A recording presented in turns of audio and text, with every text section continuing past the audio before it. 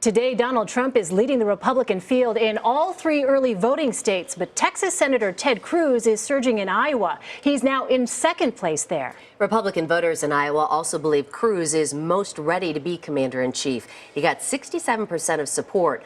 Florida Senator Marco Rubio is next at 51%, followed by Donald Trump at 49%. Political strategist Karl Rove led both of President George W. Bush's White House campaigns. He then served as a senior advisor and deputy chief of staff. But today, Mr. Rove is looking deeper into history as a possible roadmap for today's White House candidates. His new book is called The Triumph of William McKinley: Why the Election of 1896 Still Matters. It is published by Simon & Schuster, a division of CBS. And Karl Rove is here with us now. Thanks so much for being here. Well, thanks for having me. So before we get to your book, I want to talk to you a little bit about the GOP race for the White House now. And polls across the board show that Americans support an outsider like Donald Trump. Is he up for the job? Well, that's what the campaign's all going to be all about. And look, we've got lots of polls. I mean, we're drowning in them, and the quality of them is, you know, we're giving them more scientific precision at a time when even the pollsters will tell you that it's getting more and more difficult to get an accurate poll. But look, the polls do show several things. They show Trump in front in the early states. They show that, and that means that he's regained the lead, at least in Iowa, from Ben Carson, who is, it's more a result of Ben Carson dropping than Donald Trump dramatically rising. There has been a rise, slight rise for Trump, but there has been a more significant drop for Carson. And then we also have this thing of Senator Marco Rubio of Florida and Senator Ted Cruz of Texas moving up. And in some polls over the weekend, we saw that Marco Rubio doubled his support in some of the early states since the last time that the same organization polled. So, and Senator Cruz has moved up in some places by a third. So we now have, we've got a real contest on our hands. It's going to go a long while. And we're also relatively early, because these early states don't start voting until February, 70 some odd days off. In Iowa, in 1999 and 2000, when we voted on the 2nd of January, people began to make up their minds after Thanksgiving. My suspicion is people are going to start making up their minds in January. We had a third of the people in 2012 make up their minds in the 2 weeks leading up to the Iowa caucuses. I think we're likely to see lots of last-minute shifts and movement. Trump is going to be sort of where he is. Those people don't care what he says. They don't care what issues there are in the race. The answer is always Trump. But everything else has got a chance for a lot of movement. And even Trump has got given the new circumstances we find ourselves in, does have the ability to move either slightly up or slightly down. What are the odds you think that Donald Trump will become the nominee?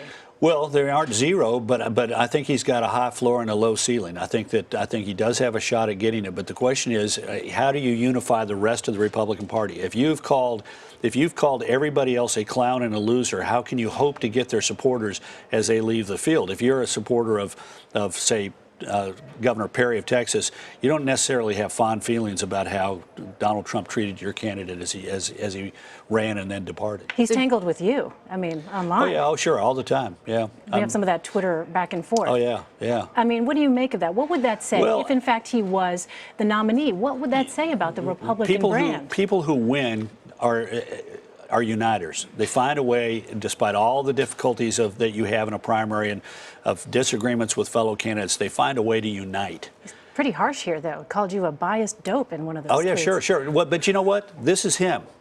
But there's also another him. A week ago Monday, we ran into each other at Fox. And in front of John Bolton and Howie Kurtz, he shakes my hand and points to me, talking to them, saying, I'm trying to get this guy on my side. I want this guy in my camp. I want this guy in my camp. Well, I said, no, you don't. You called me a loser and said we spent $430 million and never won a single race, which is a complete made-up Donald Trumpism. American Crossroads, the super PAC he was referring to, spent $103 million in the last cycle and won virtually all the races that we were involved in. And yet this guy just, shoots off his mouth, and because he says it, he believes it. But look, I'm a Republican. I want a Republican president. The question is he going to be able to win the nomination by convincing people he can unite the party, and then, in an even more difficult thing, unite the country?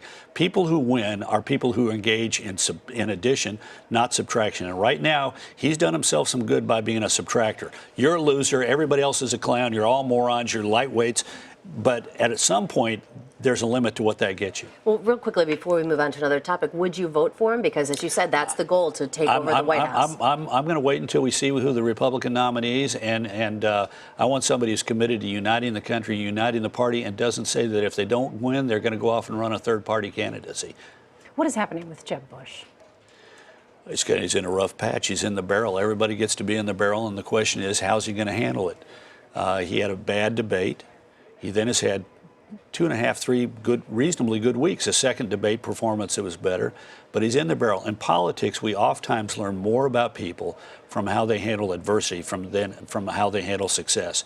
And the test for him is going to be, do people in Iowa and, more importantly, New Hampshire look at him and say, you know what, he's got what it takes to be president of the United States. But is it just a phase for him, or does he not have the ability to resonate with voters and to connect with voters? Because George W. Bush certainly had that ability on the campaign trail. Well, George W. Bush was governor of Texas. Jeb Bush was governor of Florida, a purple state where he was twice, and he was a very conservative governor and was twice elected and was reelected after having demonstrated his conservative bona fides. So let's wait and see how this goes. This contest is going to be it's unusual in so many ways. We have far more candidates. We started with 17, we're down to 14. Is that damaging it, having too many candidates? Well, it is what it is. And yeah, it means the process is going to go longer, and it's going to be more expensive. And that means you have more opportunities. The longer it goes, the more you have for long-term hurt feelings. Now, that doesn't guarantee that you have an inability to unite the party. Look at the Democrats. They went all the way to June of 2008 before they settled that contest. And yet they came together as a party and won the election. The same could be for the Republicans, provided they ultimately have a nominee who has conducted himself or herself in a way that they can unite the party and then unite the country. Let's turn to your book, The Triumph of William McKinley. In your book, you wrote, President William McKinley modernized the Republican Party by attracting workers, new immigrants, and the growing middle class.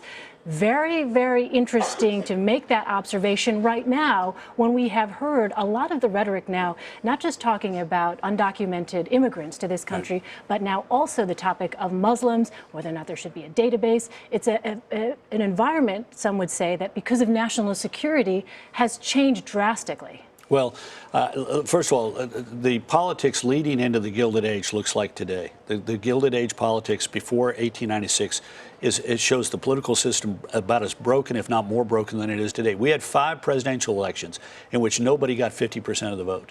2 of them in which the winner took the Electoral College but lost the popular vote. And one of them involved a 5-month dispute about the Electoral College votes of Florida. We have divided government where Republicans and Democrats control various branches, the House, the Senate, the White House. For 20 out of 24 years, we have divided government. And the acrimony makes today look like kids' play. In 1890, the Republicans take the House, and when the Congress gets sworn in 1891, the Democrats say we will not allow a single bill to be brought up on the floor of the House of Representatives. You talk about gridlock. It takes a 3-month-long parliamentary battle before the issue is finally settled. So we've got acrimonious politics, and we have a disruptive economy with all kinds of new technologies causing a lot of economic uncertainty. People saying, is there a place for me? Growing inequality, the rich are getting richer, the poor are getting poorer. And along comes this guy in this closely divided election and wins. And he wins by uniting the country and creating an optimistic and positive vision for what the future of the country can be. And what happens?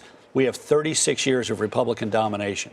The Republicans control the Senate for 30 years, the White House for 28, the House for 26, have more governors, more state legislators. Most of the major cities in the North have a Republican mayor. Philadelphia, New York, Chicago, Cleveland, St. Louis, they all have Republican mayors. And how did it happen? It's because this guy came along and said, I'm going to take on the big issues of the times in a way that unites the country and draws into our ranks people who have not heretofore been Republicans, Croatian miners in Pennsylvania, and Scandinavian farmers in Minnesota, and Portuguese industrial workers or Italian industrial workers in the Northeast. And that's a lesson for every party. You've got a chance to, when politics is so broken as it has been for the last couple of decades, and the parties are knit up up against each other like this. The party that gets smart about expanding and focusing on addition rather than subtraction is the party that wins. Do you think any Republican candidate currently has the ability to do that? Sure they do, but they have to demonstrate it, and that's why we have primaries and nominations is to let people show their stuff. And the important thing is for Republicans to insist upon a candidate who demonstrates an ability to add to our ranks, because we can't win on the basis of simply having people who voted for us before. That's not how it works.